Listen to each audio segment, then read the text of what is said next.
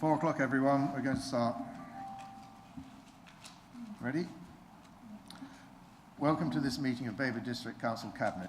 I'm Councillor John Ward, Acting Leader of Babergh District Council, and I'll be chairing this meeting. May I first of all remind you of some domestic arrangements. Please ensure that microphones are turned off when not in use, that you do not interrupt other speakers, that if you are attending the meeting to speak and persistently interrupt the meeting, you may be asked to leave. Please ensure your mobile phones are on silent or switched off. Additionally, we will be using e-voting for this meeting on the modern.gov app. I'd like to remind everyone present that this meeting will be broadcast live to the internet and will be capable of repeated viewing. The whole of the meeting will be filmed except where there are confidential or exempt items. If you make a representation to the meeting, you'll be deemed by the council to have consented to being filmed. By entering this meeting as a speaker, you are also consenting to being recorded by the council and to the possible use of those images and or recordings, images and sound recordings for webcasting and or training purposes. The council, members of the public and the press may record, film, photograph or broadcast this meeting when the public and the press are not lawfully excluded.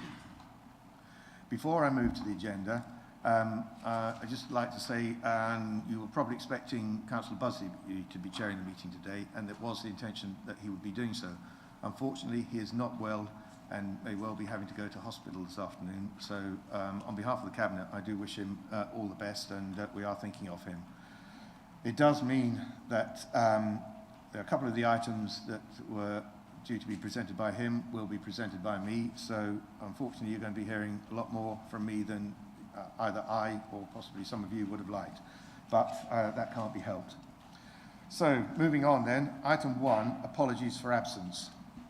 Thank you, Chair. We have apologies from Councillor David Busby and Councillor Helen Davies. Thank you. Item 2, to receive declarations of pecuniary, other registrable or non-registrable interests by members. Are there any to declare members? Nope. Item 3 then, paper BCA 2331, to confirm the minutes of the meeting held on the 4th of December 2023. So if I go to the minutes we have on the pack here, we're now going through from the minutes from page 5. Anyone have anything on that? Page 6, page 7, page 8, and finally page 9. So if there are no questions or comments on the minutes, then regarding points of accuracy, may I have a proposer for the minutes, please? Councillor McCraw, and a seconder. Councillor Saw. Right. Can we conduct the vote, please, for the minutes? Thank you, Chair. That vote is now in progress. Thank you.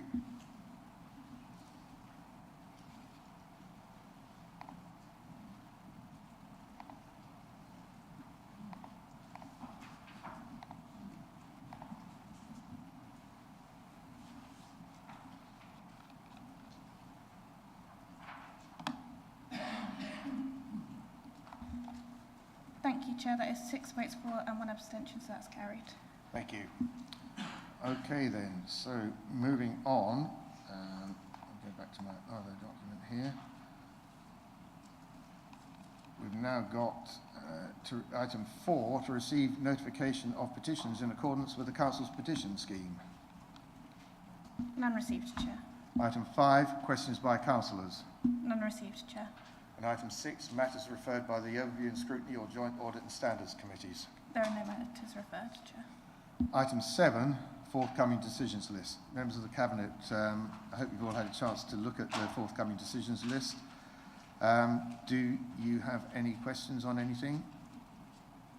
Great. If not, we'll move on then.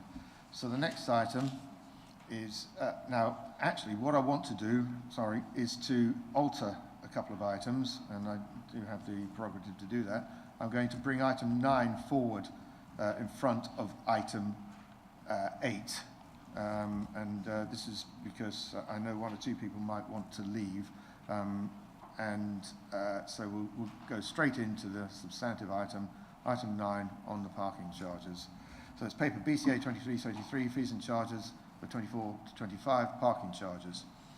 So in my capacity as leader of the council, I would like to introduce this report, but before doing so, I'll say that we do have Mark Ems, our Director for Operations here, and also Matt Smith, Parking Services Manager. There are also members of the finance team who are here for later reports, should we need to include them in answering any questions. So without further ado, I will now introduce report BCA 2333 to Cabinet, fees and charges for the car parking. Firstly, I do want to acknowledge that this is a very emotive and divisive subject, probably the most divisive we have ever had. It always has been. Our parking service is budgeted to cost the council approximately £427,000 this year, although the current Q2 data is showing a bit of an underspend, but more on this later. The cost is set to increase further next year, and given a budget gap of at least £1.8 million in the current year, the council cannot continue this level of subsidy if it wants to deliver its approved car parking strategy and indeed to continue delivering other essential services for our residents and communities. I need to stress that this report only considers options and makes recommendations for the decision-making process, giving due consideration to engagement, expediency and risk. We've considered several options. Outsourcing of car parks to an external provider, not varying the charges, and varying the charges. Outsourcing to another provider has been rejected based on factors such as diminished control of tariff setting and road traffic order requirements, distracting focus on contract management and contract versus value versus strategy delivery, and also incompatibility between on-street and off-street enforcement delivery, which won't lead to any perceived savings. Not varying the charges has been rejected as this will not help our budget challenges and will make delivery of the parking strategy unaffordable. And this option was previously rejected by Cabinet in 2021. Pending approval of the proposed approach today, officers will meet with town and parish councils to discuss local options, ahead of a further report coming back to Cabinet in April. Meanwhile, later this month, the Overview and Scrutiny Committee will also consider the proposed approach alongside wider draft budget proposals. I would like to propose the recommendations in Section 3 that we carry out engagement on the details of a revised tariff scheme and present a proposal to present to the Overview and Scrutiny Committee for their examination and advice to Cabinet. Finally, there are three things that I want members of the Cabinet to remember. Financially, we have no realistic option. This will, despite protestations to the contrary, benefit the towns in the long run. And it is fair. Now, before I move on, I've proposed this paper. I would like a seconder, please. May I have a second? Councillor McCraw. And now, the way we're going to conduct this, there will be opportunity for members of the Cabinet to ask questions and later on to debate. And I do want to keep the questions separate from debate, so we just really focus on questions. After members of the Cabinet have asked questions, I know obviously this has generated a lot of interest, which is why we have so many members present today, which is unusual for a Cabinet meeting, but I will then invite other members of the Council if they have questions. There are a lot of you here, and I'll restrict it to one question per person. Otherwise, we will just not get through everything. And I'm sure we'll be able to cover all of the issues that you wish to raise through one question per person. And there will be questions, please, apart from Councillor Owen, who has asked in advance that she may be allowed to say a few words, and I have granted her that to be able to do that. So I'll come to Councillor Owen in due course. So, firstly, members of the Cabinet, do you have any questions on the paper in front of you today? Councillor Sally Davis. I'm looking at paragraph 4.5 about the targeted engagement, and I can, with Sudbury, Hadley, Lavenham and Chelmerdiston, are we thinking that we would extend that consultation to people in the more to the east of Babergh? I think the consultation and engagement process is going to be a tight time scale. the direct engagement in terms of talking to the specific parishes that are affected by tariffs will take place, but it is quite proper that we do ask other communities throughout the district to feed back any comments they might have, whether it's formally through their parish councils or informally from any member of the public within any of our communities, and we will be encouraging that. I believe that we do need to hear from them all. Yes. Councillor Derek Davis. Yeah, could I ask, will all the papers that we have seen in the past, all the reports that point out the reasons why we need to do this, and the surveys that have been carried out elsewhere, will they be made available to all the towns and parishes so that they have the full information rather than just relying on hearsay? The previous cabinet papers that relate to the previous cabinet decision, the parking strategy that was approved by cabinet, all of these are public domain papers which are published on our website as part of cabinet minutes over the past few years, but we can certainly make sure that they are specifically made available to any parish council that wishes to have them. Yeah. Councillor Carter. Thank you. Just for transparency, really, the cost of the 425,000 this year, is there a breakdown of that can be shared with everybody? Yes, there is. And we could do that straight away, actually. Alicia, would you like to put that on the screen?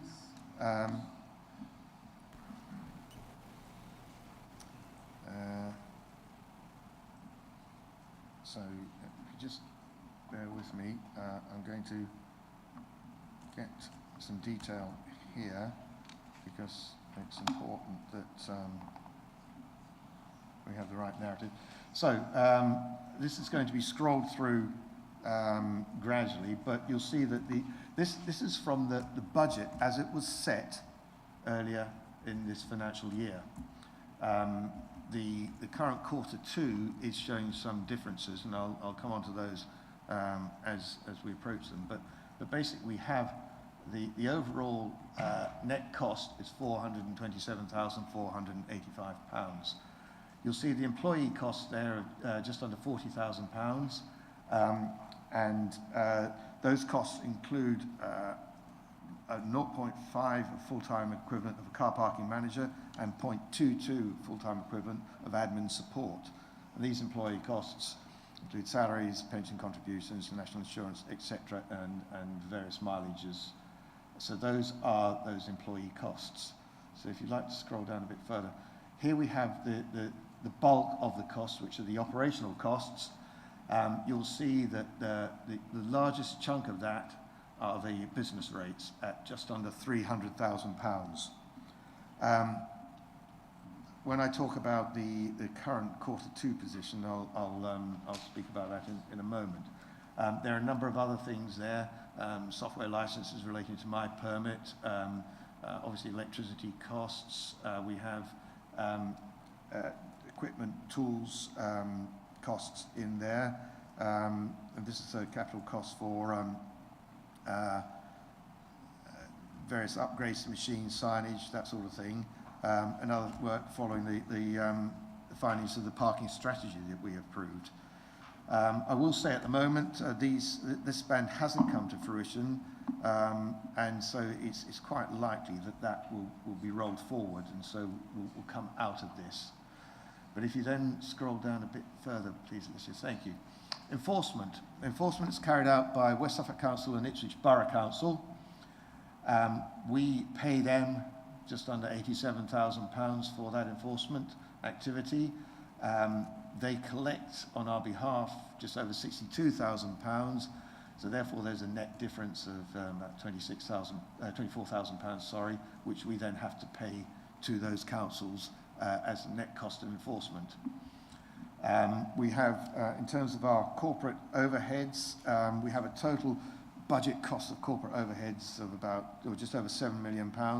They have to be apportioned correctly across all of our services, and just over 1% of that is allocated to parking. That's the £73,000 you'll see there. Okay, Alicia, and if we then look further down, this is then the income that we can net off against those costs. That totals, as you'll see, just under £146,000. Most of that is the car parking income from the long stay parking charges. There's some further income from permits and season tickets that residents can apply for, and one or two other small costs there. So, as I said, the quarter two position is showing an improvement on that, and obviously we won't know the full details for the whole year until the outturn is published in the summer.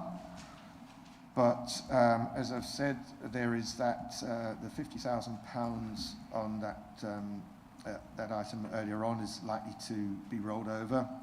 We are looking at a reduction, probably of a similar amount of money, of business rates. So around about £100,000 possibly at the moment could come off that 427, bringing that down to 327. So that is the current breakdown. If we can keep that, actually probably no, we can take that off the screen. Might have to come back again. But is that okay, Councillor Carter?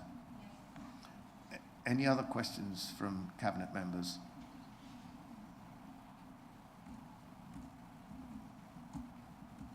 Okay. I will now move over to other members to ask questions, and I will invite Councillor Owen first, if you'd like to say a few words. Yeah? Sorry? No, sit, yeah. Thank you for giving me this opportunity to have my say. Our town centre is healthy, recovery from the challenging trading conditions of the past few years. Our businesses are adapting and our high street is changing. Like many towns and cities across the country, to an increasingly experience-based economy. Sudbury's rich heritage offer also gives our town a diverse experience for residents and visitors. This new experience economy benefits greatly from free 3-hour parking. As town centres' dwell times increase, it is reassuring for our businesses, customers to know they can relax and spend more time, money with our town's businesses. In quarter 3, 2023, Sudbury vacancy rate is at its lowest level in 5 years, currently just under 4%. Of all town commercial units are vacant. 10% vacancy is considered healthy and is well below the current national average of the High Street's 13.9%. So we're really low, we're 4% of vacant shops. In Sudbury town, we've got 72.6% of independent businesses. The national chains, we've got 15.6%, charity 5.4%, and so on. We welcomed 15 new businesses to Sudbury town, and that is because of our 3-hour free parking for our customers is often cited as a contributing factor in choosing Sudbury for businesses. I've got a list of them here, but I won't go through them all, okay? Closures, we lost 2 banks and that the HSB and Barclays Glassworks closed, undergoing a residential commercial. So even though we've lost a couple, we've gained so many, and that is because of free parking. We don't want to follow other towns. We want to be elite. I go into Sudbury 4 or 5 times a week, and because it's free, because I can, and because I can go and have a cup of coffee. So I'm helping them businesses, but I will not be going into town 4 or 5 times a week if I have to pay for car parking. Thank you ever so much for letting me speak, John. Okay then, any other members? Right, sorry. Councillor Clover, sorry, my mind went blank. Councillor Clover. that not working? No. Try that one. That Thank one's you. working. Yeah. Thank you. This is relates to the economy, so I think it should be addressed to the member of the Cabinet for Finance. But it's very simple. It's really, has any assessment been done on the impact that these charges will have on the economy of all of these towns and villages, Hadley, Sudbury, Lavenham, and all the surrounding villages as well? And if that assessment has yet to be done, well, why hasn't it been done?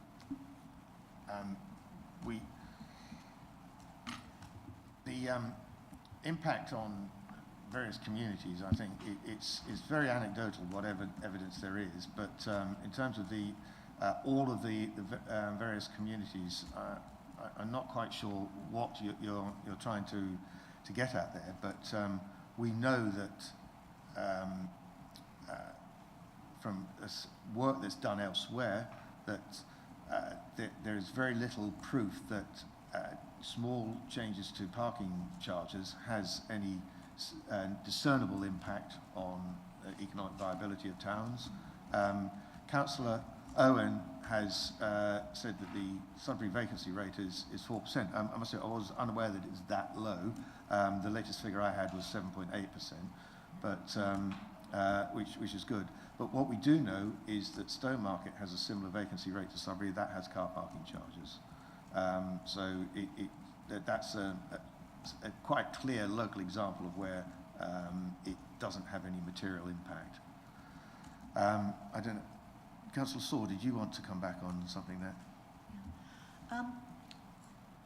It is true that there is very little data around to prove that free parking does increase footfall or that charges decrease footfall. As part of my preparation for this debate, I spoke with people and places who are do a lot of work with market towns and are actually the LGA's partner in town centre work, and they have done studies in 30 market towns, and they have said and are willing to go on the record that the actual criteria, the number 1 and number 2 criteria, are convenience and accessibility, and that charging is not regarded in the same way as those first 2 criteria, although it is the 3rd criteria. And it is true that we are an outlier. There are no districts in Suffolk who have free car parking, and there are very few, because I've looked, there are very few district councils with market towns who do not charge. Thank you, Councillor Saul. Can I come back? Very briefly then. The research by Deloitte show that it does have an impact, and in the Deloitte's research, 60%, the top item of what people want from their town centres was free car parking. 60% wanted that.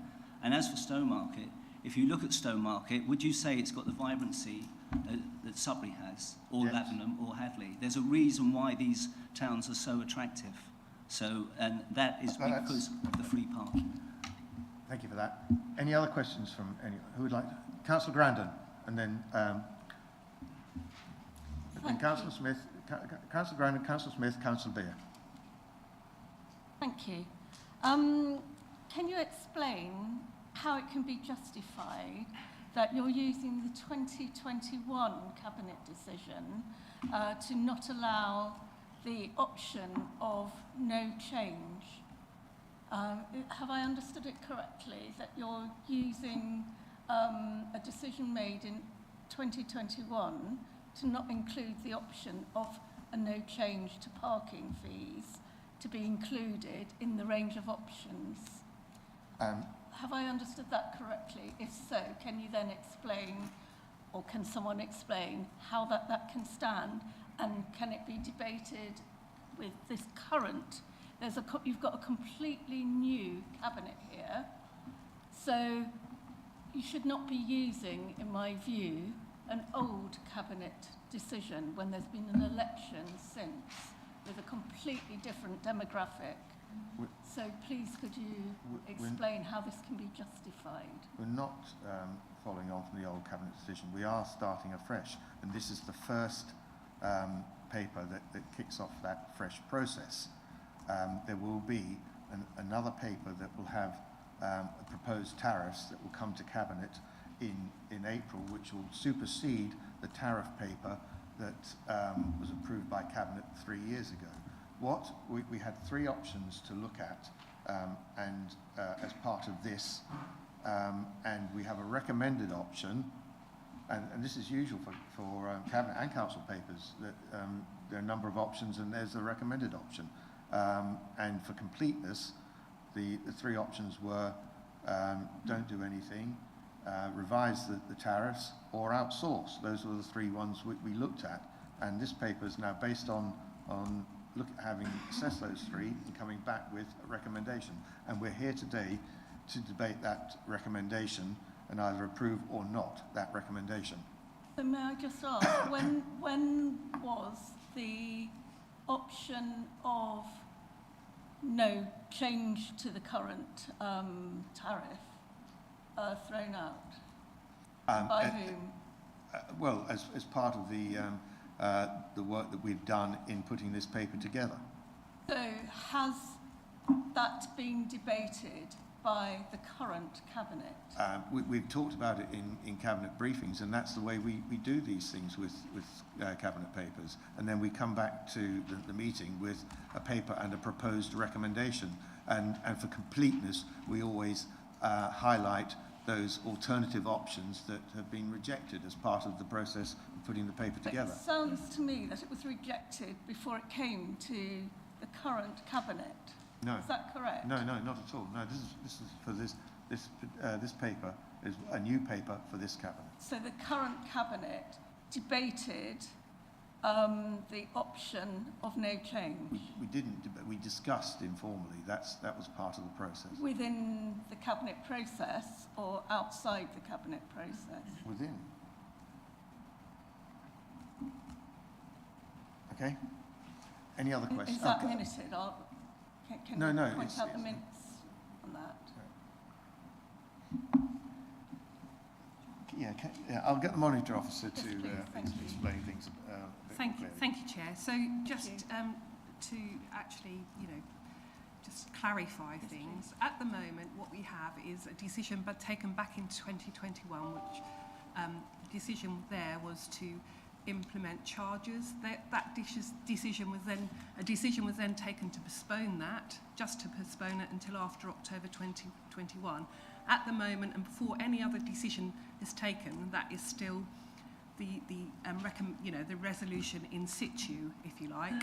What we are just discussing today is with Cabinet are looking at 3 options, and they're deciding on those 3 options which one they're going to go forward with and consult on. And the decision will be taken today to decide an option and go forward and consult with all parish councils on that option.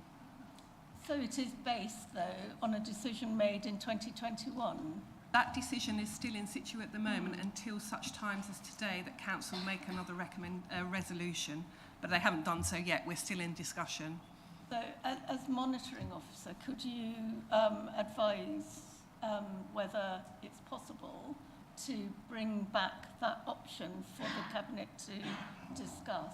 Is that a possible option? It's not an option on the table today. The options are the 3 in front of you, and that's the one which, whatever cabinet decide on today, will supersede the decision that was taken back in 2021. Thank you. Councillor Smith. Thank you. You said the consultation is going to be broad across the district. It's going, further east and everything. What about further south in Essex? Because is there any possibility of consulting with visitors to Sudbury from Essex? Because a lot of our town's footfall comes from across the border. Is there any way of including them? Yeah, I do understand that, and I have heard this suggestion before.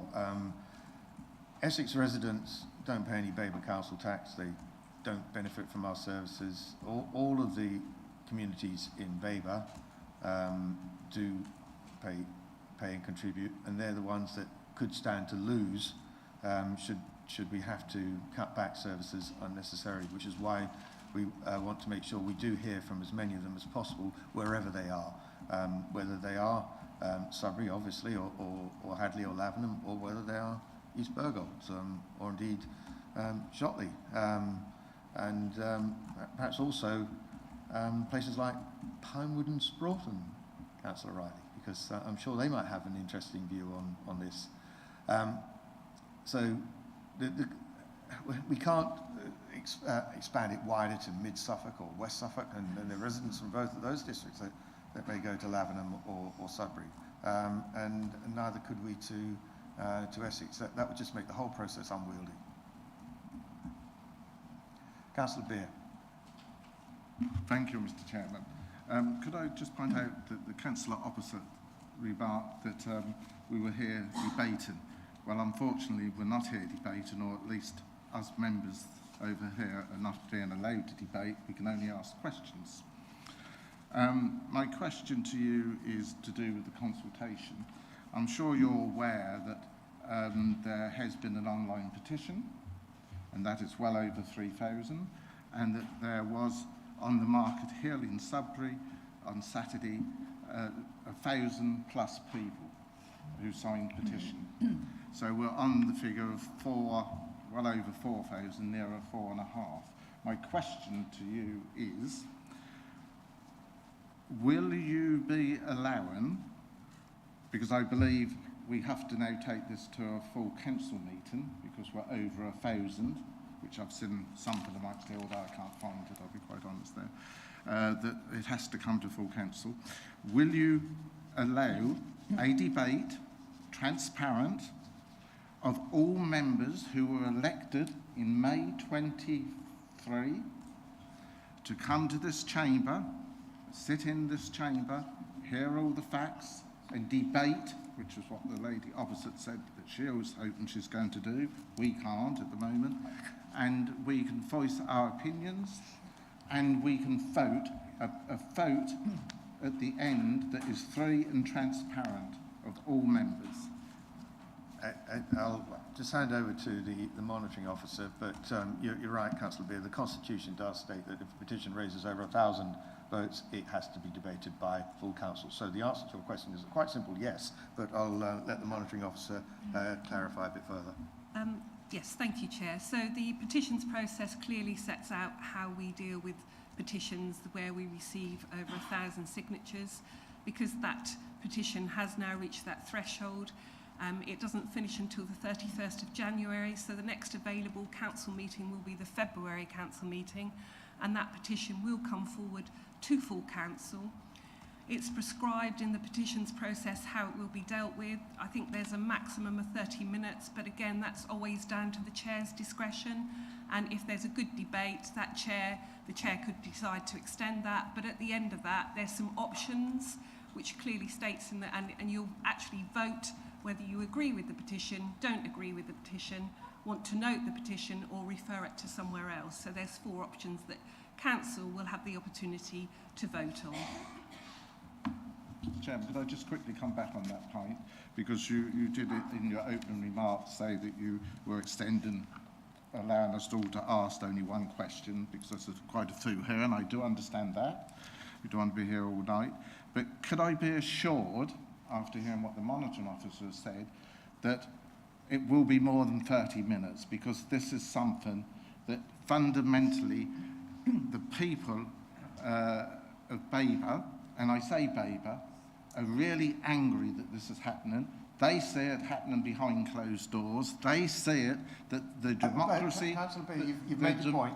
The democracy of elected members are not having the opportunity to speak. And that's what I want to be assured. 30 minutes will not allow us all to speak. Councillor Beer, that is at the discretion of the chair of the council, so you'll have to ask Councillor Malvisi that. I can't give you that guarantee. Right, Councillor Riley. I just wanted to check that I actually understand something, that we have income of £140,000 and we have costs approximately £425,000. Is my understanding correct? If you wish to go and eliminate the deficit, you're going to have to increase your income by a factor of 3. Yeah. Yes. So well, the question is, how are we going to get 425? How are we going to get to 425,000 costs, approximate, from an income of a third of that at 140,000? Firstly, you're focusing on this, these numbers that I gave you. These are only the 427,000, which is the projected budgetary net cost of the car parks, is only just one element that forms part of our budget. We're not. Our proposal for raising additional revenue through short-term car parking tariffs is not just to focus on these numbers here. It is part of a wider package of measures we're undertaking to try to close our budget gap. It is that budget gap number that's the important one, not this. But, Mr. Chairman, with respect, car parking is costing 425,000, including overheads, and we have existing income of 140,000. So you've either got to bump up one by a factor of 3, or else you've got to continue subsidising the car parks at another level. Well, certainly we will be looking, when we come to revise propose a revised tariff scheme, we'll be looking at what we can get in terms of income from that. So that's part of the next process, Councillor Riley. Any other questions? Councillor Maybury, and then Councillor Dowling. Thank you, Councillor Ward. I'm not allowed to comment on your last. Am I allowed to comment on your last answer? I'd like you to ask a question, please. I soon want to get to cabinet debate on this because it is a cabinet meeting. Yes, but I don't actually agree with what you said about the revenue. My question is, in 2018, and it is in print, the vision for Sudbury states that free parking is the attraction to Sudbury. Has that vision for Sudbury been altered since 2018? Please. The vision for Sudbury in 2018 said a lot of things, and I've heard everything that you've said about... I can't hear you, I'm sorry. Sorry, I've heard everything you've said, or that's been said so far about Sudbury and the potential benefit of this, but we bring it back to the primary reason for looking at this, and that is we have no choice. We have to maximise our income. And I'll be talking about fees, other fees and charges in the next item. We have to, for our discretionary services, and parking is a discretionary service, it has to be pay at the point of use. We just simply do not have funding or income from other sources to pay for everything we do. All of our other discretionary services have to pay their way. I'm sure you won't let me come back, but the one thing I will say is there are lots of things that I actually pay for through my council tax to Babergh that I don't actually benefit from, and everyone is exactly the same. Those are the statutory services, but we're talking about discretionary services. Council tax is less than 30% of our funding. Yes, I know, but there are other things that I pay for that through Councillor taxes Dowling. that I don't benefit from. Thank you, Chair. I'd like to ask about the targeted engagement and consultation exercise proposed in paragraph 4.5 of the paper. I see that views and evidence will be sought which will inform proposed variations to tariffs and off-street road traffic orders. What I'd like to ask is, can a consultation be free, fair, and open to a full range of answers if you're only asking about tariffs being varied? Thank you. Well, the answer is yes, but I will ask Mark Ems to come up to provide some more detail about the consultation that we're proposing. Hello, thank you. Thank you, Chair. We haven't put the full details together of engagement. Obviously, we're waiting for this meeting to see whether the recommendation is actually approved, but we've started to have a look at what that engagement might look like. We do feel that consultations have already been carried out as part of our car parking strategy across the district, and that you see that figure has been represented of broad general support for car parking charging as part of the overall system and fair charging there. We do feel that the engagement's got to be targeted, and we do feel it's got to be put with the context of the overall budget position and challenges we face. But we do feel there are opportunities in, if we go forward with implementing charging, to actually make some improvements as well. We know that on-street enforcement is a challenge, and if on-street enforcement is carried out to a better standard, then that can help to alleviate some parking issues and traffic issues in our towns. And we do think there are options around permits and the way they are administered, delivered, that can assist and help as well. And we are open-minded to working with the County Council on residents' parking zones in the future and other whole system opportunities around parking, really. But that we really want the engagement to understand and inform the proposals of what the local issues are, what's going to work, what's not going to work, as opposed to just moving beyond it can't happen, really. So we have started to engage with towns. For Hadley, for example, I've got a meeting with the clerk in Hadley later this week, which was rescheduled from last week, and I've met with Sudbury and Lavenham already as well. And we will, if this recommendation is approved, then we will look at that engagement and agree what the next step is on that. Yes. Very quickly, thank you for your answer. Can I take it then that the probable answers of the town and parish councils you're going to consult, which will be extremely negative regarding varied fees, that those objections will simply be discounted? I don't know if I respond to that. I don't know that they would necessarily just be discounted, but interestingly, so far, it's not overridingly negative, the response back that we've had so far. There are some elements of solving parking issues as part of this as well. If you move beyond the charging just can't happen, there's a number of underlying parking issues in town as well, and getting tariffs correct can help to improve some of those issues as well. And yeah, as part of this discussion, we'll also be asking what the alternative is and what is being proposed about where the savings would be made alternatively, and what services people would like to see changed or reduced in order to make up the deficit effectively. Any other questions? In which case, we'll move on to Cabinet debate. Members of the Cabinet, would anyone like to say anything at this stage? Yes, thank you, Councillor Chair. Potter, yeah? Thank you, Chair.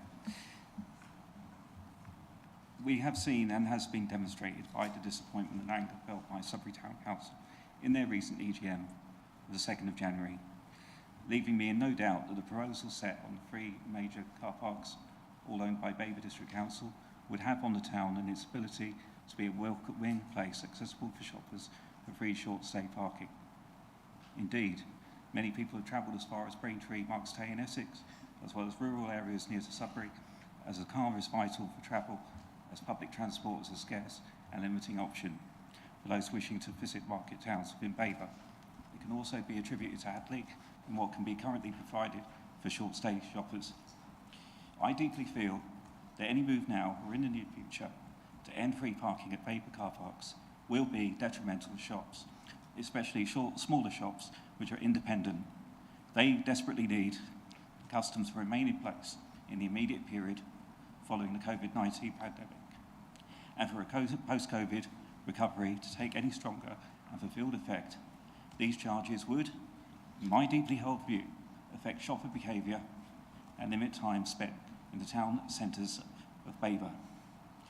Even if you could implement a scheme where the first hour of shopping was free of charge, In a town centre such as Sudbury, time spent visiting each shop would be drastically reduced, and only essential shops would be prioritised. So to allow 3 hours free of charge gives that breathing space during the pandemic and would receive the customer. And it is my intent, therefore, if we come to a position of the 3 options that have been discussed here, to keep shopping at 3 hours for short stay shoppers in our market towns and keep that economy working as well as it has been. Thank you. Okay. Thank you, everyone. Thank you, Councillor Potter. Does anyone else wish to say anything? Councillor Carter. Thank you. Yes, so there are many points of this that I cannot agree with, mainly being due to the area of which I represent is going to be dramatically affected by this, sort of no matter what is said. And it will affect it for a number of reasons. The high street and our independent businesses that were mentioned are still recovering from the effects of COVID. Sudbury recently won the Town of the Year.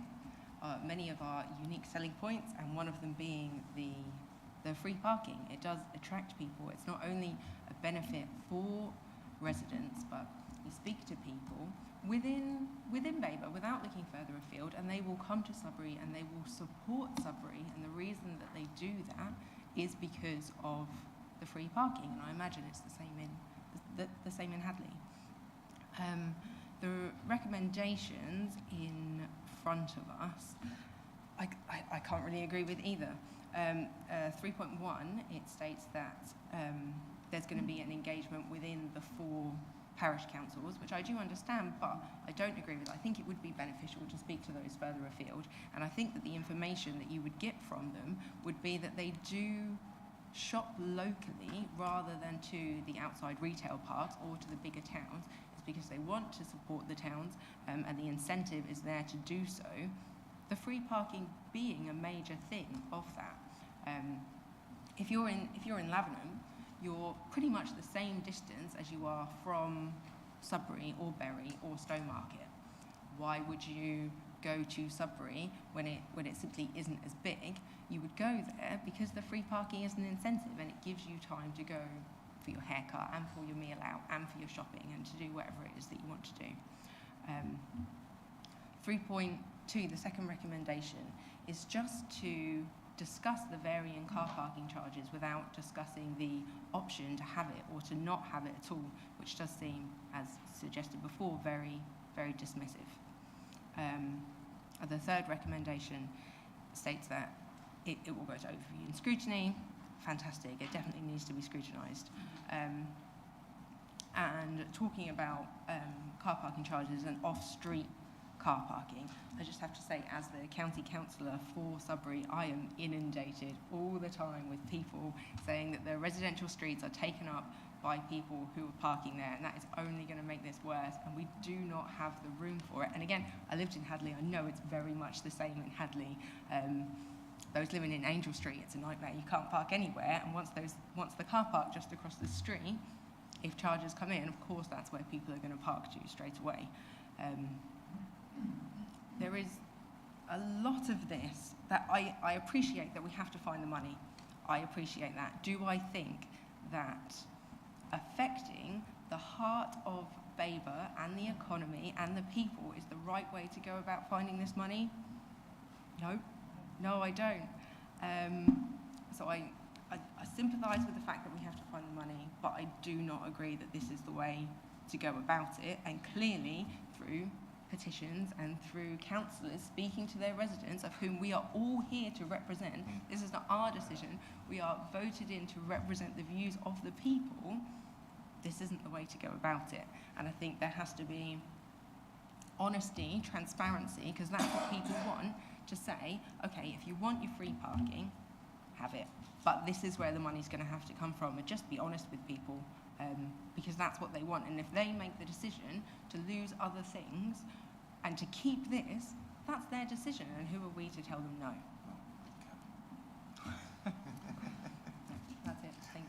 Okay, thank you, Councillor Carter. I've got Councillor Saul, then Councillor McCraw.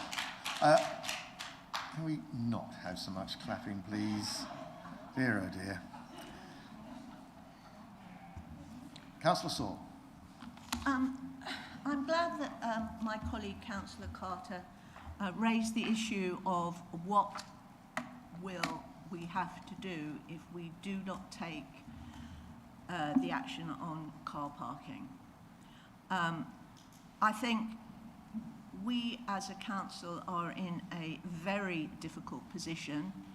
After 13 years of austerity, every available lever has been pulled, and I am not particularly enamoured of charging for parking, but neither am I in favour of cutting services that people desperately need. For example, our grants to citizens' advice.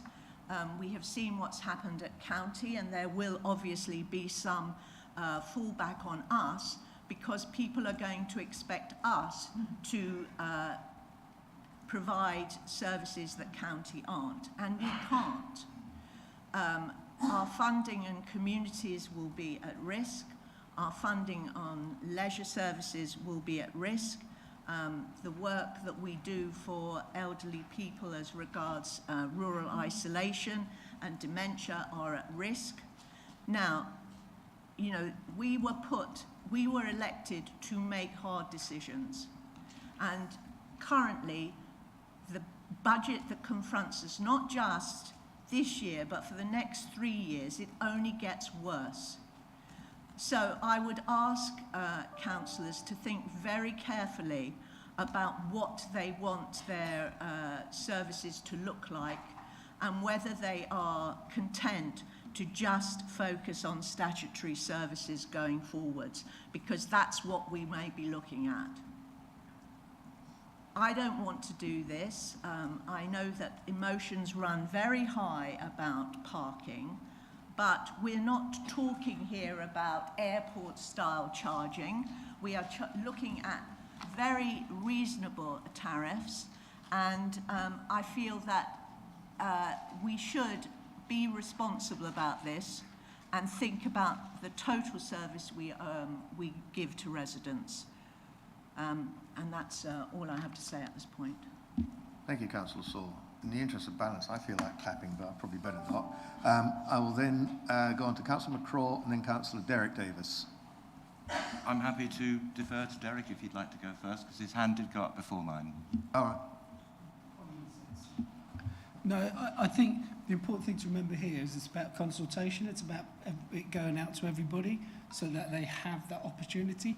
And the question I asked earlier is about make sure they've got all the facts, because it's important. We need to know exactly as been pointed out because this is part of the bigger picture of the budget. You know, what are you going to lose if we don't introduce reduction in free car parking? You know, do we defund the leisure centres? We've seen what Suffolk County Council have done with the arts, $500,000, gone. You know, we're not in a good situation, and exactly as everyone says, we'd rather not have to introduce these, but needs must, and we need to look at the bigger picture. And as Mark has pointed out, it's not everybody is against this. And obviously you guys are because of where you're from, and I totally get that. But there's a lot of people, there's a lot of positivity about, let's reduce the free parking. Let's have that rather than some of the unpalatable options that are coming. I'm glad that this paper's come forward because we didn't do this last time. We didn't put it out for enough consultation. But I think this time by doing this, by putting it out for consultation, we're doing the right thing. Thank you. Thank you. Thank you, Councillor. Councillor McCraw. Thank you, Chair. There are duties. We've all got them. We all know that we're elected to serve our residents and to represent their views. But we've also got a responsibility, and it's our prime responsibility, to be their representatives within the council, to work, to make the council work. And the prime responsibility of any district or county council is to present a balanced budget each year. That is a statutory requirement. We have no option but to do so. So the Cabinet prepares a budget, we get the officers to work through that. Now, the recommendations here are not what is being talked about. For the large portion, a lot of people are making assumptions based upon some previous work done in 2021, and in fact even earlier than that. I can recall consultations in my first term between 2015 and 2019. The recommendations that are actually before us are to carry out the engagement with the associated town and parish councils. I also believe it should be wider because, in fact, the people who do not live in Sudbury, Hadley or Lavenham are in effect, and this has been mentioned in many of the documents I've seen, are in effect subsidising those people who do use the car parking. No question about it. The car parking is a non-statutory requirement. Other assumptions being made are what the car parking charges might be. For example, it's stated many times that we might be getting rid of free car parking. That was not the proposal in 2021. It was to reduce it from 3 to 1 hour. Now, I've travelled up and down the length of this country from the far north of Scotland down to Cornwall, and I've been, for the last few years, just because I'm a nerd, photographing car parking sign charges and all the rest of it. I have photographic evidence, and I can tell you that I have yet to find anywhere else, and by the way, I like to go to market towns. I like places like Sudbury and Hadley. I like places where the pubs are nice and comfy, not dirty great chains. Was that giving too much away? Never mind. The point I'm making is these are the places I go to. I've yet to find anywhere that gives any free car parking, and certainly not at the level that was previously proposed. Deborah has mentioned reasonable charges, and by the way, they were reasonable, and I would have thought by the time this has been through O&S, and they've made their recommendations, they would also be reasonable, because they're reasonable people, as are indeed all of us. The point I'm making here is this is not happening in isolation. Every business and every council has been facing cost pressures in the last few years. Massive cost pressures. In fact, I doubt there is a single business providing services or goods in Sudbury or Hadley or Lavenham that hasn't had to increase its costs for its goods and its services. And if it's done so at a very low level, I think most people have generally been prepared to accept that. I certainly am. I saw a pint of milk on sale in my local co-op for £1 yesterday. Now, I can recall when it was not a lot less than £1, less than 50p. The point I'm trying to make is there have been massive cost increases, far in excess. The cost of running a car is high enough. We know that, but the cost of running a car is made up of a lot of things. There's the car itself, depreciation, petrol. Travelling from one place to another uses fuel, which has a cost. Car parking, of all the costs people pay, including insurance and everything else, is a tiny fraction of what it costs to run a car. I would suggest reasonably that if you can afford to run a car, you can afford £1 or £2 in a car parking charge. That might not be the case, though. We are jumping the gun here. This is a matter of bringing proposals through a process. Consultation engagement, O&S, and then proposals. Now, here's the point. We don't have the proposals before us. They won't be out till Friday. I don't know what their proposals might be. But I know the principle, and the principle is our responsibility is to have a balanced budget. I asked the question of the residents of Sudbury and Hadley if they have noticed anybody else keeping their charges exactly as they were for the last few years. And I'd also asked the question of if we are not going to do this in order to present a balanced budget, what non-statutory service that we provide at the moment are we going to have to get rid of? I would be very interested to see where people's priorities lie when the alternative is £1 or £2, because that, I believe, is about the level we're likely to end up at. So, for the moment, let the process go through its means. There'll be a debate, we know that, and eventually there'll be a decision. But we haven't done the process yet, so let's not jump the gun. Thank you, Councillor McCraw. And I can confirm that Councillor McCraw does photograph car parking tariff boards. He sends them by WhatsApp messages to me, he does. Okay. Members of the Cabinet, does anyone else wish to say anything more? Councillor Potter, yeah, go on. What Alistair said there, I do welcome the idea of the consultation going as far and wide as it possibly can. I will say that I only live 8 miles from Hadley myself. As personally, my car is my only choice of mode of travel. So this consultation, as it goes as far as the demographic it can, that is a welcoming thing. So therefore, it would be a good idea to have that put through. It would clear the haze. I think we're all under a bit of haze of how it will all affect us in the long run. But I will say as well that we all in our council taxes subsidise things that we may never use, but we can actually help steer our market towns in Babergh. Forget about everywhere else in Suffolk, but in Babergh, as much as we can provide for them at this crucial time, as I mentioned before, about just in the recovery of the COVID pandemic. Thank you. Councillor Saul. Can I ask the Director of Operations how we can strengthen on-street parking for residents?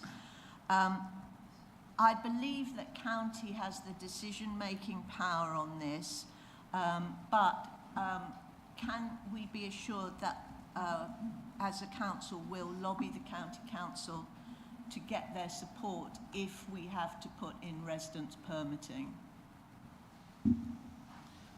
Yes is the answer to that. We'll be happy to work with the County Council. Obviously they're struggling with, it's well publicised, their current budget position, but yeah, there's a fairly prescribed process for looking at residents' parking zones and on-street changes. Despite what people think, and logic would sort of think doesn't take much change and doesn't cost very much, they do tend to be quite expensive and can be challenging from that point of view.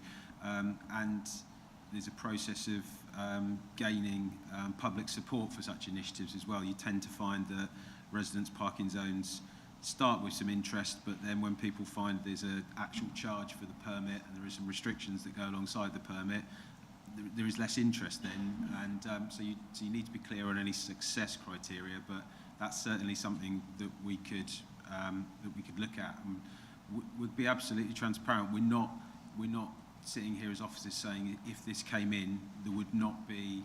It would be absolutely perverse for me to say there would not be a car that goes out of these car parks currently parking free of charge and goes and parks in an area which you can find that's free of charge. But there's nuisance parking going on in different places on street at the moment as well that we're working with colleagues in the county to try and solve as well.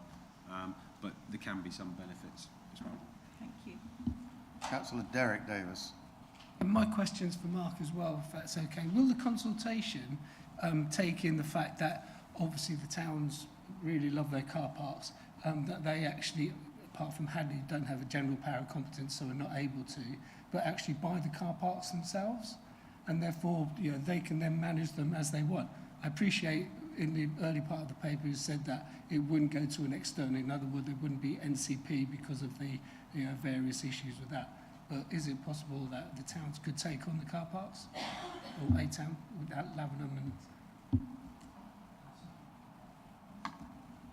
It's not something that we've really considered at this point, if I'm totally honest. But it's obviously clearly anything is possible to look at from that point of view. We'd have to look at what it means for the district council, I suppose, in terms of the overall budget position and closing the deficit. And we need to do this piece of work on the finances, because the 425, as Chair has been clear of how that is broken down, that is a budget position there, and we need to look at the full liabilities of the car parks. That doesn't include all costs, and that we haven't done that deliberately because we tried to put out early comms on this when the budget position emerged, and it emerged that this would be something that we need to look at. We put that comms out before Christmas, wanting to be transparent, that we weren't sneaking a report out or something just before Christmas. And yeah, we haven't got to that stage yet. We're waiting for this recommendation to do the next stage of work, and we'll bring the report back to ONS, obviously, before bringing it to Cabinet if the recommendation is agreed today. Okay. I think we probably exhausted the debate. Oh, Councillor Carter, one last thing. Yep. Just quickly, sorry. Just because we've discussed it, is it possible to change the recommendation so that the consultation is wider rather than just the 4 town parishes. Would you like to propose that? May I have a seconder? Councillor McCraw. I'm happy to accept that. Just for clarity, what is meant by wider? I would suggest that since the district as a whole has been subsidising free car parking for 3 hours, I think the district as a whole is a reasonable suggestion. Obviously, it's going to be largely an online consultation. The facility is there to do this. It might increase and should increase the number of responses. Is that a reasonable thing? Is that a practical suggestion given the time scale? I think in terms of the sort of engagement that the Director of Operations is proposing, that talking directly to the towns and parishes affected to work on tariff options, that's one thing. But in parallel with that, we can invite comments through online means, emails or whatever, from elsewhere in the district. Does that kind of make sense? It could include a general global email to all parish and all parish councils effectively, because we're going to and we can do that as councillors. That could be done and invite a response from each parish council, having stated what the proposals might be and whether they wish to make any response. So if that would be the means, yes. Yeah, we can work on the detail on that. But in terms of today, if we make it clear that in the recommendation that we will consult and seek opinions from across the whole district, I think that should be sufficient for the recommendation modification today. This district alone, yeah. I mean, there's no point. We don't want to include Ipswich or Mid Suffolk or West Suffolk or Braintree or Colchester or any of the neighbouring, and that would just get far too unwieldy. No. So, given that, sorry? So, Chairman, if it's helpful, so recommendation 3.1, if that simply read, carry out engagement and consultation with the town and parish councils within Babergh. Yeah. That sounds good. And with other recognised groups making representations over the engagement period. Are we able to amend the recommendation online? So yeah, I'll put amended recommendation 3.1 in the vote, and then in the minutes I'll put perfect, absolutely perfect. Right, okay. So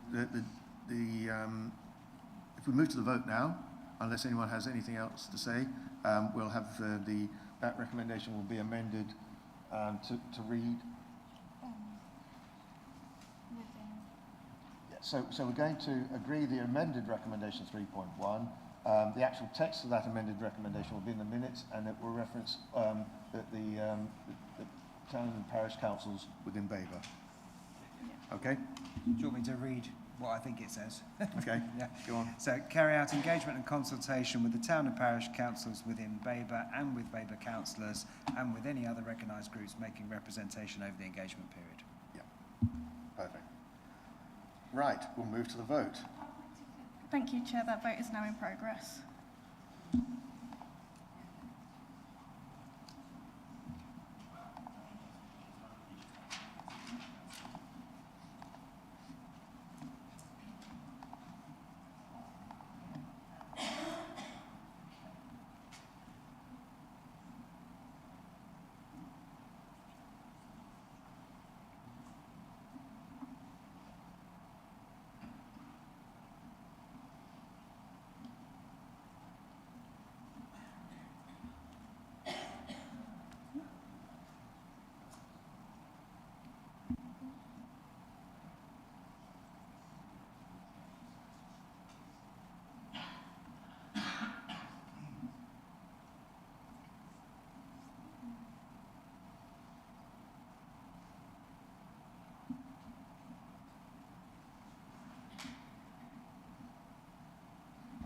Thank you, Chair. That is 7 votes for. That's unanimous. Thank you. Excellent. Right. Moving on then, we're now going back to item 8, which is paper B. Could I suggest a short break? Want a short break? Yes, 5 minutes just to adjourn. Okay, we'll have a 5-minute break. Sensible under the circumstances.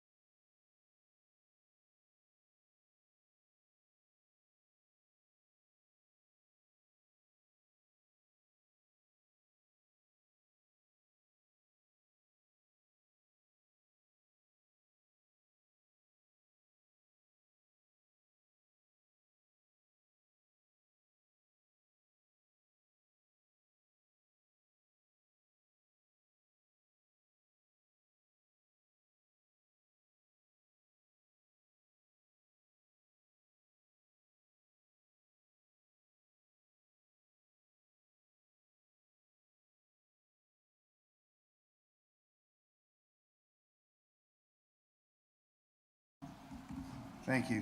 Welcome back, everyone. We'll now proceed with the rest of today's Cabinet agenda. So that means moving back to item 8, which is paper BCA 2332, the fees and charges list for 2024 to 25. We do have remotely accessing Karen Watling, Interim Corporate Manager for Finance, Commissioning and Procurement, Jack Burton, Finance Business Partner, and we've got Tracy Howard, Corporate Manager for Public Protection here, and we've also got Sean Coulter as well from the Finance team. I'm now, as the Cabinet Member for Finance, Assets and Investments, it's my duty to introduce this report. So this is the second of 3 that I've got to introduce today. So I'm pleased to introduce report BCA 2332 to Cabinet, which is the fees and charges for 2024 to 25. And this report presents the proposed fees and charges for a range of services provided by the Council, including charges for services governed by statute and charges for discretionary services. These approved fees and charges have been built into the draft budget for 2024 to 25. Now, fees and charges are an important source of income to the Council, enabling important services to be sustained and provided. The Council provides a wide range of services for which it has the ability to make a charge, either under statutory powers, which are set by the Government, or discretionary, and those are set by us, the Council. There are to remind everyone, there are 3 categories of charging. Services where there's a statutory prohibition on charging, local authorities must provide these free of charge at the point of service. Generally, these are services where the authority has a duty to provide. Bin collection is a prime example of such a service. Services where there's a statutory charge, and charges are set nationally, and local authorities have little or no opportunity to control such charges. Income cannot be assumed to increase in line with other fees and charges. Planning fees fall into this category. And finally, services where discretionary charges can be applied. Local authorities can make their own decisions on setting such charges. Generally, these are services that an authority can provide but is not required to provide. These are things like garden waste and bulky items collection, and, yes, parking. Service managers have reviewed the fees and charges for their relevant areas, and given the pressures on the general fund budget, where possible, fees have been moved towards a model that recovers the costs involved in delivering the service. We have also, where possible, benchmarked the fees and charges against those charged by other local councils to ensure cost recovery is balanced with value for money. For the forthcoming year, our fees and charges are budgeted at £3.837 million, which is 16% of the Council's gross expenditure. In order to sustain the delivery of services in the future, this revenue is essential. Indeed, income generation is a key theme in our medium-term financial strategy. With reducing government funding and limits on council tax, the stability and growth in the Council's fees and charges is a major part of delivering this strategy. However, this budgeted income is actually a decrease of £238,000, or 6%, compared with the just over £4 million that we're expecting in the current year. And this is driven by the drop in the volume of planning fees, which we're experiencing at the moment, and which we expect to continue through 2024 and 25. And these are only partly mitigated by the recently announced increases of 25% and 35% in those fees. A breakdown of the income by service area is provided in Appendix B of your report. The proposed detailed schedule of fees and charges is shown in Appendix A, and the changes are listed in the table in Section 5.8. For each, the full cost recovery is stated, and you'll see that this has been applied to almost all of our fees and charges now. The notable exception, indeed anomaly, remains parking income. We have, as you know, already discussed this, so I won't mention it any more today. The table also shows the proposed monetary and percentage increases. And I really would like to thank our finance team and everyone else who has put a lot of thought and work into assessing all of our fees and charges and coming up with a comprehensive revision this year. And finally, I'd like to propose the recommendation in Section 3 that the proposed fees and charges for 2024 to 25, as shown in Appendix A, be approved. And I'd like to ask for a seconder, please. Councillor Sally Davis. Right, okay, members of the Cabinet, does anyone have any questions? Councillor McCraw. I've just spotted 1% increase, which I believe is probably incorrectly stated.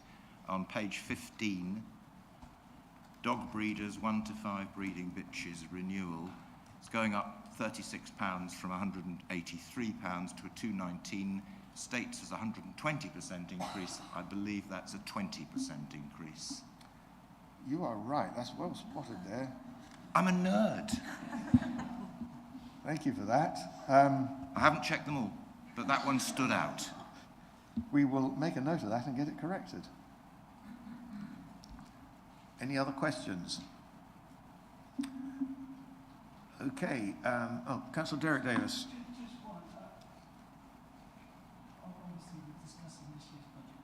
Know the importance of establishing this as a foundation for the rest of this administration's budgets, because I don't know if you agree that we need to plan for the whole of the next 4 years as well, and it's important that we, you know, A, we approve this, but then B, we use this as the basis moving forward. Do you agree?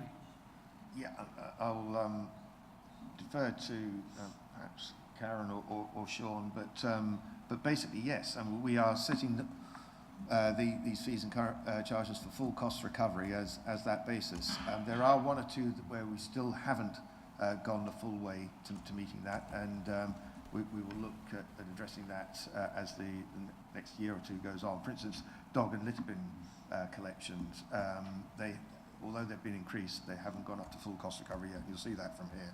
But Sean, did you want to add anything further to that? Not really. As you say, we've kind of calculated what full cost recovery should be, and in most instances, we've taken it to that level. Also, just to make the point that on some of the impacts, we've put a cost recovery in there, but the volumes are quite low as well. So when you're looking at the fees, look at the volumes that we process as well, because some don't exist. Like zoo fees, we've only got one in the district. So, and I think it's the dog bins, mainly in the litter bins, where we're going to move towards cost recovery rather than go full in.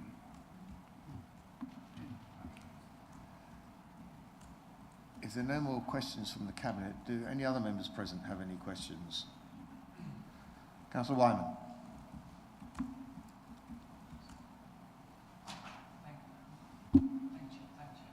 Just really quick question on the dog bins. We seem to be very reasonable. I mean, do we have a basis from which we actually derive that discount for non-full recovery? You know, is there a process that we consider from time to time on what level of non-full recovery percentages we actually look at? I think, and I will ask for confirmation on this, we felt that, yes, the dog and litter bins have historically been low. We do want to eventually move to that full cost recovery, but doing it all in one go would have been quite a burden on our parishes, which ultimately pay for that. Would you agree that's a fair response to that? Yes, absolutely. Yeah. Thank you. Just Sorry, on Councillor McCraw. Yeah, just on that point, Chair, I recall a couple of years ago, I think we actually froze those charges for a couple of years. So I must say I haven't had any pushback from my own parish council on this subject, because I think we were rather better, rather lower than Mid-Suffolk were proposing. And unfortunately, one of the letters for Mid-Suffolk was distributed to some Babergh councils, so there may be still some misunderstanding, but that's another question. Okay, if there are no further questions, then Cabinet, moving to debate. Does anyone wish to make any comment about this? Are we happy with everything as it stands? In which case, then, we can move straight to the vote. Thank you, Chair. That vote is now in progress.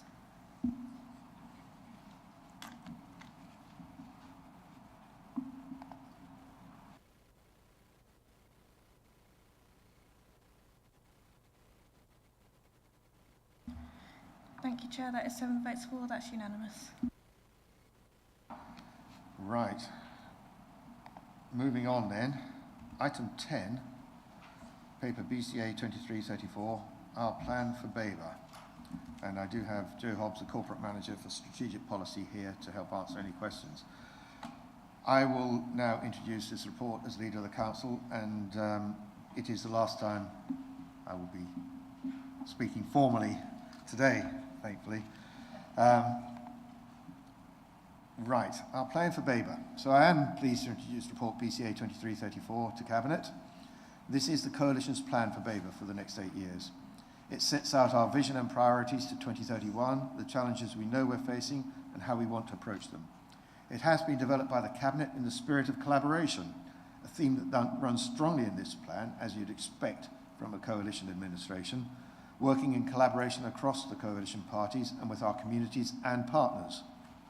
The plan has been revised following discussions with our communities, businesses, town and parish councils, partners and stakeholders over the past few months, starting from what we heard when we spoke to people on the doorsteps in the run-up to the election, of course, and then during the engagement held in October to November. We don't know all the challenges we're going to face in the next few years, and so we have built in flexibility to respond to these challenges.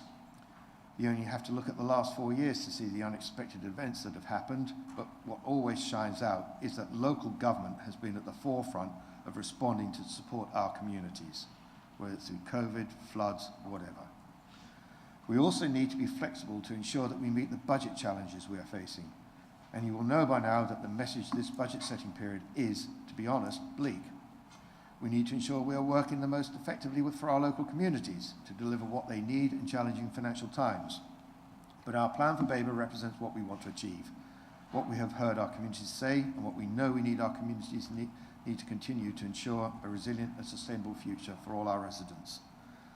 I'd like to propose the recommendation in section 3 that we consider the feedback from engagement and endorse the final plan setting out the vision and strategic priorities for Babergh District Council 2023 to 2031 as set out in Appendix A. And may I have a seconder, please? Councillor Saw, thank you. Members of the Cabinet, do you have any questions? I know we've been through this many times now, so we're all extremely familiar with what we have here. So I'm sure that you probably don't have any questions. But other members of the council here, do any of you have any questions? You've had an opportunity, I know, on more than one occasion to review this. If there are no questions, then members of the Cabinet, do you wish to debate anything? Is there anything you wish to say about our plan, our priorities? Councillor McCraw, Councillor Davis, Derek Davis, and I was expecting both of you to say something. Only to say we have been debating this as a Cabinet for some months, and we've come to conclusions. We've lengthened it, shortened it. This has been considered and is a view to the future. It's not too detailed, but it's not too vague, we hope, and that's the way we're going. Yeah. Councillor Derek Davis. Yeah, I'll repeat what I've said in briefings, is that these are fine words and they really are good, but we actually have to make sure that we do what we're saying we're going to do.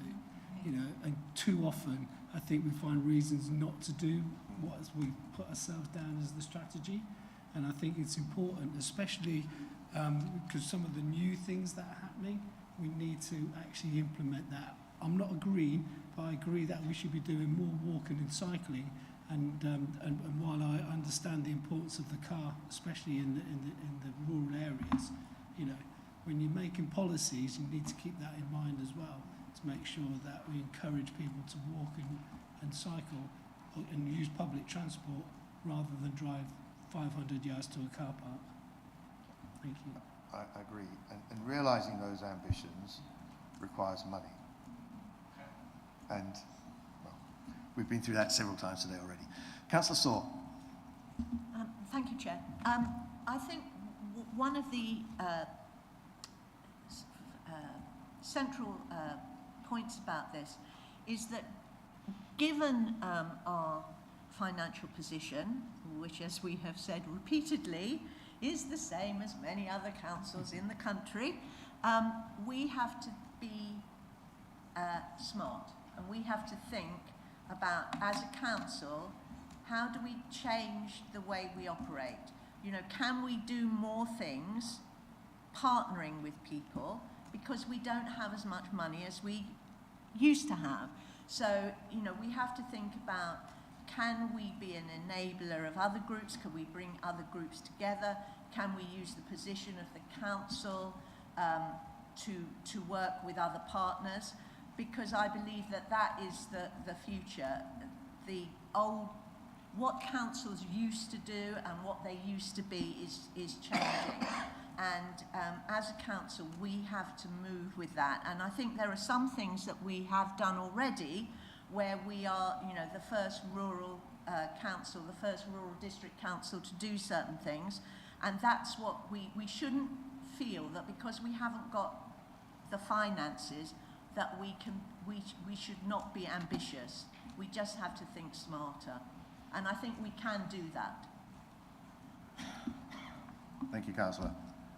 Does anyone else wish to say anything? Well, we'll move to the vote then. Thank you, Chair. That vote is now in progress.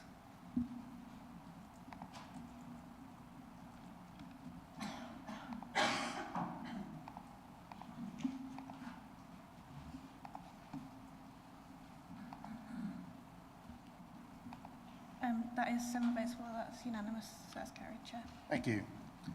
Item 11, paper BCA 2335, empty homes and second homes policy. And we have with us today Deborah Fenton, Director for Housing, and Emma Antwi-Yeboah, Corporate Manager for Housing Solutions. And I will now invite the Cabinet Member for Housing to introduce the report. Councillor Carter, over to you. Thank you very much. I'm here and pleased to introduce this paper, Empty Homes and Second Home Policy. So today we're asking Cabinet to approve the Empty Homes and Second Homes Premium Policy for 24-25. The proposal for Empty Homes and Second Home Premiums Policy aims to address the issue of nearly 600 empty homes in Babergh. The policy seeks to encourage landlords to bring these properties back into use by implementing higher council tax rates for homes left empty and for extended periods of time. It is believed that the policy could help tackle the shortage of housing, alleviate pressure on prices, and make housing more accessible for local residents who are currently priced out of the market. We're doing this by working with landlords to bring homes back into use by using services like Houses for Homes and Central Suffolk Lettings. We're looking to encourage landlords to not have empty homes wasting away, but to have tenants living in them. Therefore, we are proposing that anyone who leaves a home empty for more than a year will pay double the council tax, 3 times the council tax for more than 5 years, and 4 times the council tax for more than 10 years. The idea is to give people a bit of a nudge who have got empty homes to work with us to get them back onto the market. If you look at 4.7 in your report, it gives examples of the exceptions on both the long-term empty premium and second home premiums being charged listed in previous government consultations. Proposals include if owners serve in the military or if an owner was genuinely trying to sell the property. And the list will go on and it will be published in full by the government soon, hopefully sooner rather than later. Initial analysis suggests that the proposals for empty home premiums could generate an extra 800,000 next year between Babergh and Mid-Suffolk, which would equal around 300,000 for Babergh. Regarding second homes, there are around 570 second homes in Babergh, and if the proposals are accepted, the owners of those second homes would see their council tax bill double from April 25, and the premiums for the second home owners in 24 could net an additional 1.1 million in Babergh and nearly 2 million across Babergh and Mid-Suffolk combined. The argument for those with second home paying more council tax is rooted in the principle of fairness. By owning multiple properties, individuals have access to extra resources and services provided by their local council.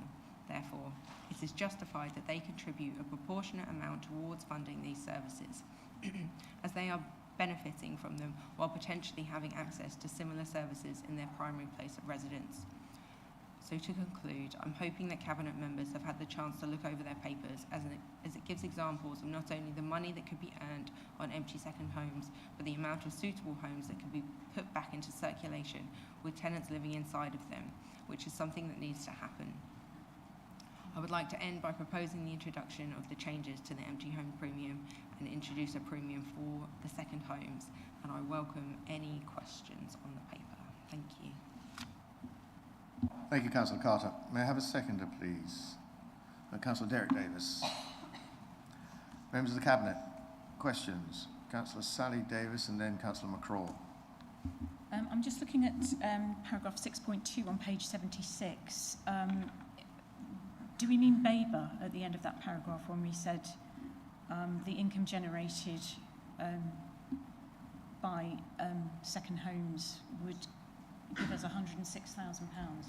That should say Babergh. Is that meant to be Babergh? We're 6.1. Where am I? Ah, no, you're quite right. Yes, No, it's that's got on both long-term councils empty in there. homes. Yeah. Right, so that's Babergh then, 106,000. Yeah. No, No. no, you're quite right, Councillor Davis. It should say Babergh. Is that the right figure?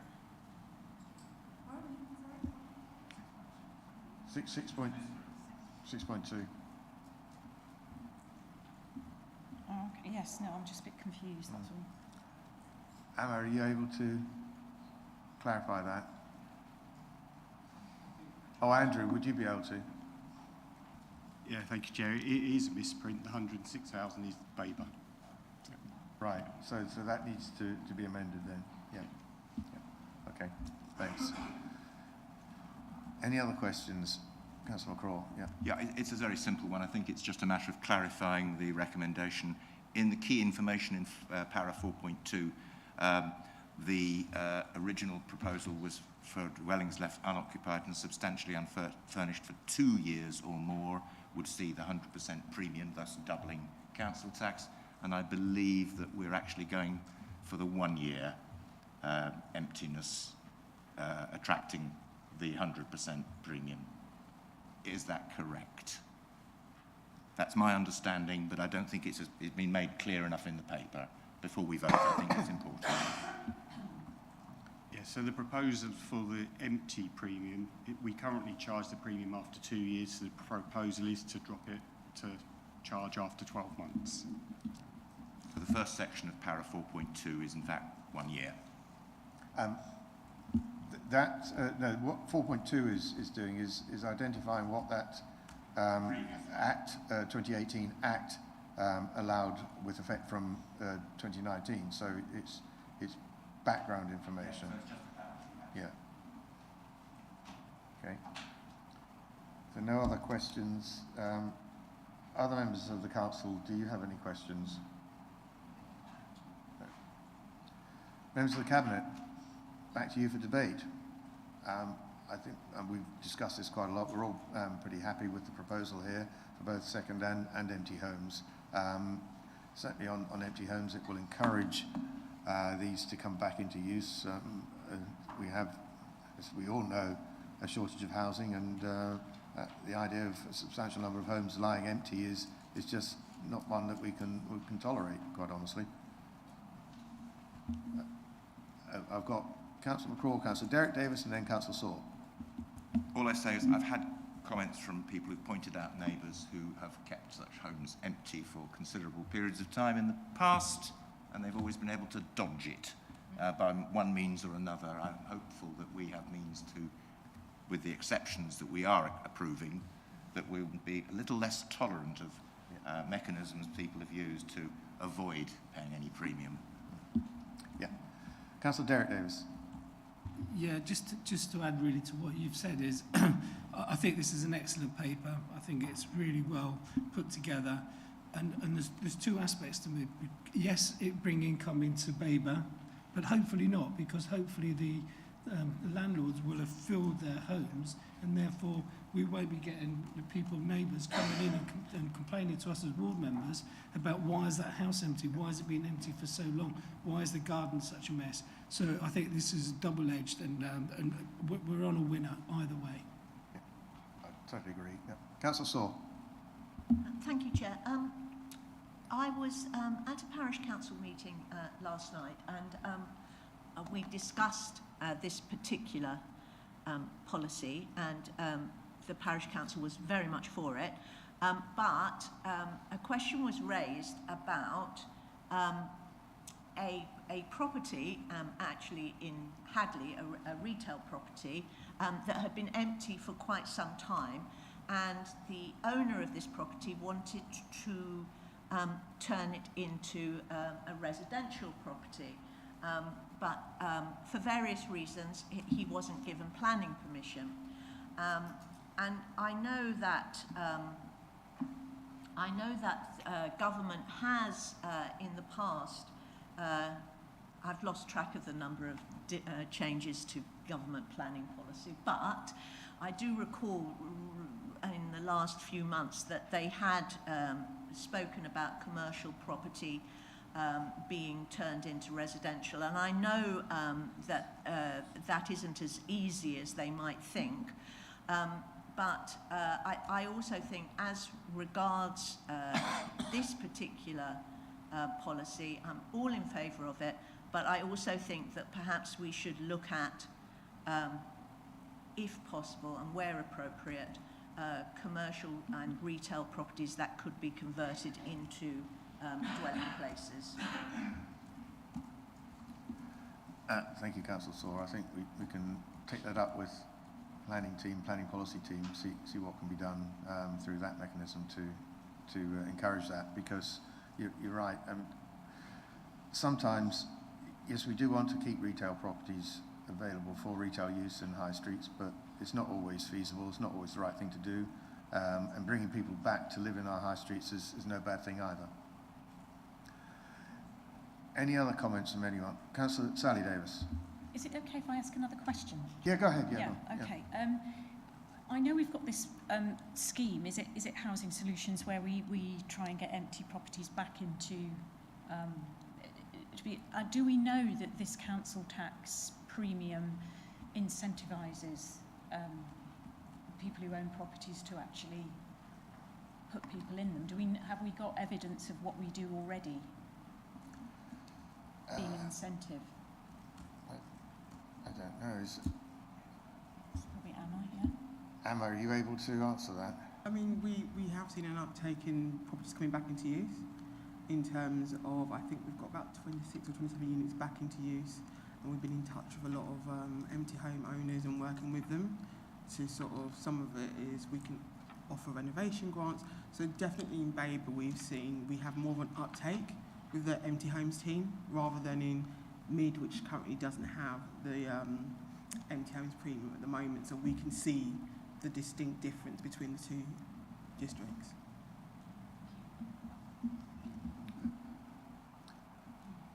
Okay.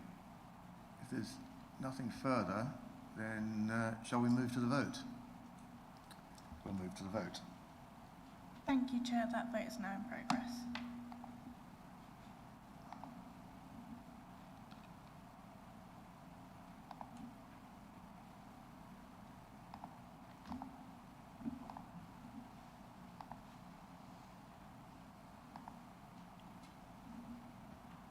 Thank you, Chair. That is 7 votes for. That's unanimous. Lovely. Great. Thank you. Right. Now we have next item, item 12, paper BCA 2333. Sorry, that reference doesn't look right. Paper BCA 2336. Sorry, the 2022-23 greenhouse gas report. Has Sarah Wilding, Climate Change Manager, Manoj Chauhan, the Climate Change Consultant here. And I would like to invite the Cabinet Member for Environment to introduce the report. Over to you, Councillor Potter. Yes, thanks very much, Chair. It doesn't feel that long ago since we introduced the last greenhouse report. So here we are with the report for 22-23. You'll see here that the contents of the greenhouse gas report emissions report on Appendix 8 report to be noted. Since 2011, the Department of Energy and Climate Change required local authorities to measure and report greenhouse gas emissions from their estate and operations. Each local authority has been requested to publish their greenhouse gas reports locally online each year. The Council is therefore required to note this report's publication on the Council's website. And over 4 years, the Council declared a climate emergency in this administration, and it produced its first carbon reduction management plan, and a refresh of this plan is now nearing completion. So this, in the key information, the report covers a comprehensive breakdown of the carbon footprint for both councils in their operations in 22-23, provides detail of the trajectory of the greenhouse gas emissions since the establishment of the baseline back in 2018-2019, providing supporting information for policy making, action planning to enable the councils to respond to the declaration of the climate emergency and the commitment to become carbon neutral in 2030. I just want to note some changes from the last report. In terms of this latest greenhouse gas report, there are some things worthy of note from that 21-22 report, which are that greenhouse gas emissions in 21-22 stood at 4,754.9 tonnes of CO2 emissions. Now to 22-23, they have fallen to 3,882 tonnes of CO2 emissions. That's a drop of around 18%. Scope 1, as you'll see in our report, is slightly higher in 22-23, 53% compared with 46.6% in 21-22. And in Scope 2, 23% is there in 22-23 compared with 17.3% in the last report, 21-22. Attributed to the impact of now having direct responsibility for the energy costs of all 4 leisure centres, these are now transferred over from Scope 3 to Scope 2 from gas consumption and gas consumption now moving from Scope 3 to Scope 1. Leisure centres remain the biggest emitters, however. Measures, therefore, have been put in place to help reduce this. We're presently awaiting the results of a funding bid by the end of January to increase such measures. Going further forward, the 23-24 report is unlikely to see a huge reduction because there have not been any major interventions for the past year. However, we may see improvements in terms of savings from the solar carports, and it can take time for those interventions to bear fruit. The conversion of our waste fleet and public realm to hydrogen vegetable oil has had a notable impact on reducing the CO2 emissions, and I'm happy to report that switching to HVO was even more effective than it was originally anticipated. On the performance overall from the 22-23 figures, this currently stands at 2.8%, where it needs to reach to the 2030 net zero target. We will therefore need to see reductions on average of 53 tonnes of CO2 emissions. That's 9.1% reductions each and every year to make sure that we reach this target for 2030. The climate change team are beginning to unpick the various council assets to see where we can make greenhouse gas emission savings in addition to monetary savings. We are in a much stronger place with members of the team carrying out robust analysis of effectiveness, for example, in our solar PV. There will be a next round of public sector decarbonisation funding, which is in phase 4, which begins later on this year.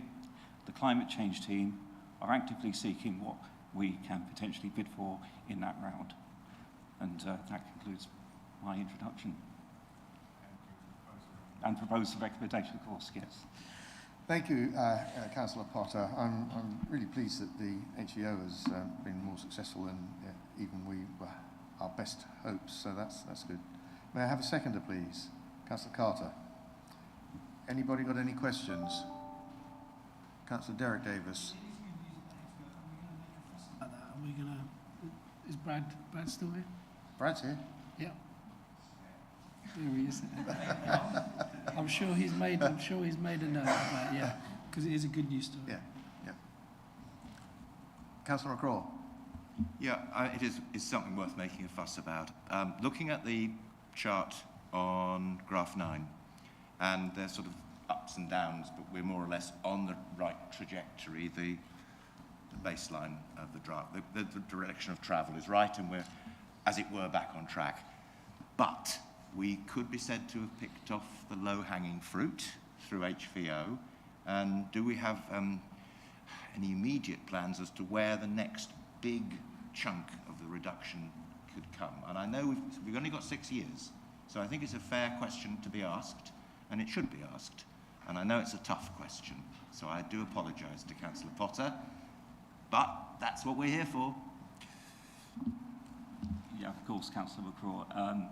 Yes, would like to see more is in that HVO in those figures. Of course, we all would. We can see the gains already in these very early periods. But for more sort of detail, I'd like to defer to Climate Change Manager Sarah Wilding for more analysis on that HVO question you submitted. Thank you, Chair. I'm trying not to lose my voice, so I hope you can hear me. Yes, so the refresh of the carbon reduction management plan that's going to Cabinet in March will identify the priorities that we've made for 24-25. You're quite right in identifying the fact that HVO has achieved hugely, and obviously we need capital funding for any sort of large-scale changes that we need to make. So the priorities that we're looking at, hopefully we'll be able to secure funding for those. So fingers crossed. Can I ask a supplementary on that point, because I mean it's relevant when it comes to funding. We come back to money again, don't we? But we always do. Is it correct then? I'm just asking this particular. It seems to me that one of the possible routes for the maximum reduction is going to be through our rather healthier HRA that are approaching our housing stock might be the best way that we have to affect our carbon emissions.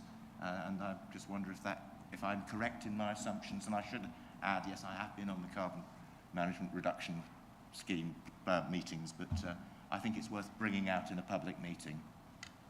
I'm happy to answer that. So hopefully you've seen on the report that our biggest greenhouse gas emitter is our leisure centres, followed shortly by sheltered housing. So that is something that's on our radar that we need to identify in terms of our funding packages. So hopefully when the next public sector decarbonisation fund opens, we can look at that.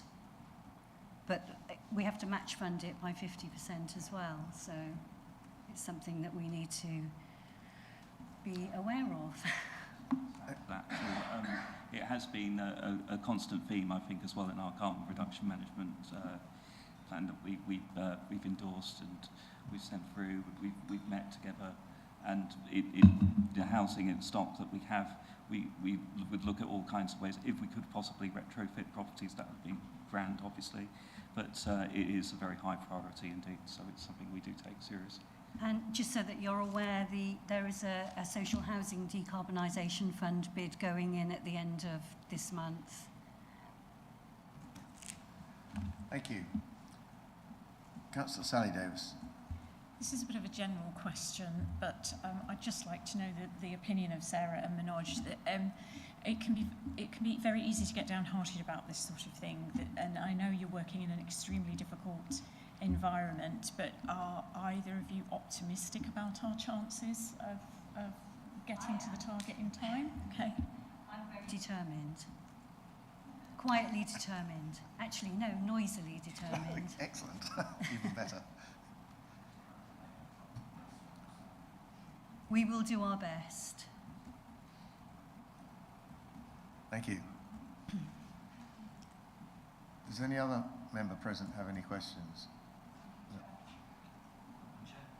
Yeah, Councillor Wyman, go on. Just going back onto the point, Chair, in connection with the social housing stock.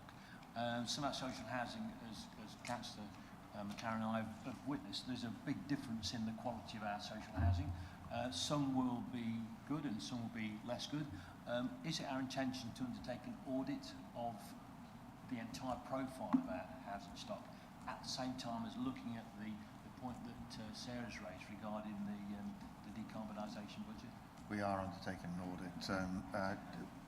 Councillor Carter, do we have do you have timings on how or when that's going to be completed? Or soon? The projected, thank you, the projected target, we're trying to get it done sooner. We're trying to push for it to be done sooner, but the sooner the better, so we know what we're working with. Right, over to the Cabinet for debate. Does anyone wish to say anything? The report, as ever, is comprehensive. It's given us a huge amount of information, and it's great that we see this on such a regular basis. It does allow us to track everything we need to track on this, and I'm very pleased that Sarah is noisily optimistic about, enthusiastic about hitting our target, and we will make sure we do everything we can. So, having said that, let's move to the vote then, shall we? Thank you, Chair. That vote is now in progress.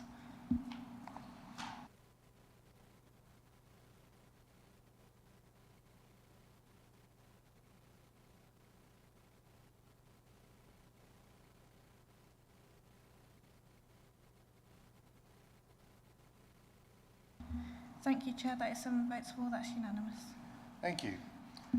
So moving on to the last item, this is item BCA 2337, confirmation of the confidential minutes of the meeting held on the 4th of December 2023. You'll find that starting on page 113 of the agenda pack. If there are any points on accuracy, we will need to go into confidential session. So does anyone wish to raise any points of accuracy on this minute?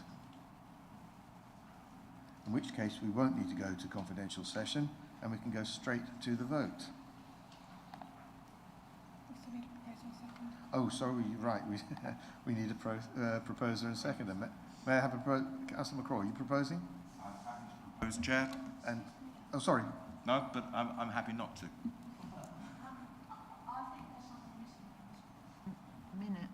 Oh, do we need to go into confidential session then? Yeah, I think so.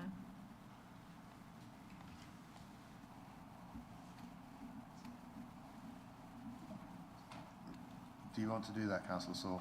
Yeah.